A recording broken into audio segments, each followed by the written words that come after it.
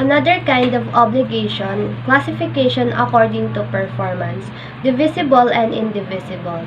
Article 1223, the divisibility or indivisibility of the things that are the object of the obligation in which there is only one debtor and only one creditor does not alter or modify the provisions of Chapter 2 of this title. This provision talks about divisibility and indivisibility of the things that are the object of the obligation. So, what is divisible and indivisible obligation? Let me define first divisible obligation from the word itself, divisible, meaning it is capable in partial fulfillment. For example, to deliver a 100 kilos of coffee. It is divisible because it is capable in partial fulfillment. While in the other hand, indivisible obligation when it is not capable for partial fulfillment. For example, to deliver a specific bag. As simple as that. Now how about kinds of division? Number 1, quantitative. From the word itself, quantitative. So meaning it is depend on the quantity. Example, Maria and Laura divides 4 kilos of mango. So how is the division of each part? By kilo, tig 2 kilo or by quantity. Number 2, qualitative. In here, the division of the object is by quality. Example, by heirs or yung mana.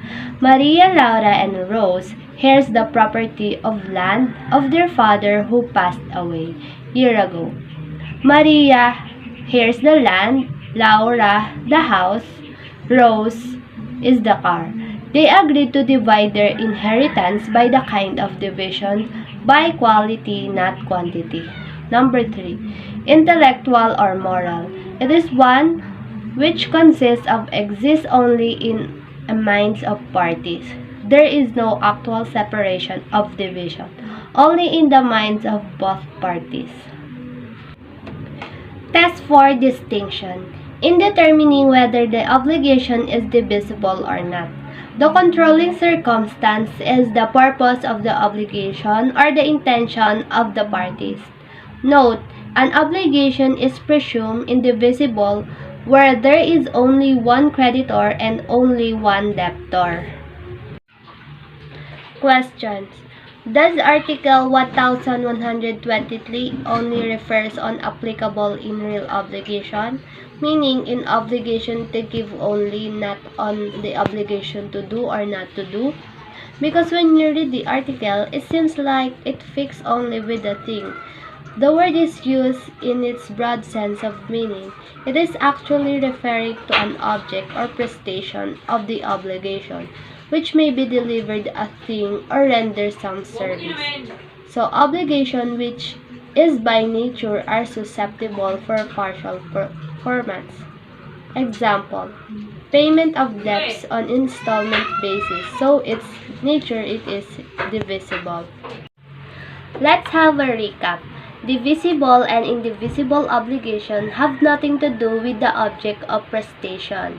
The misconception here is if the object of the prestation is divisible, magiging divisible din yung obligation.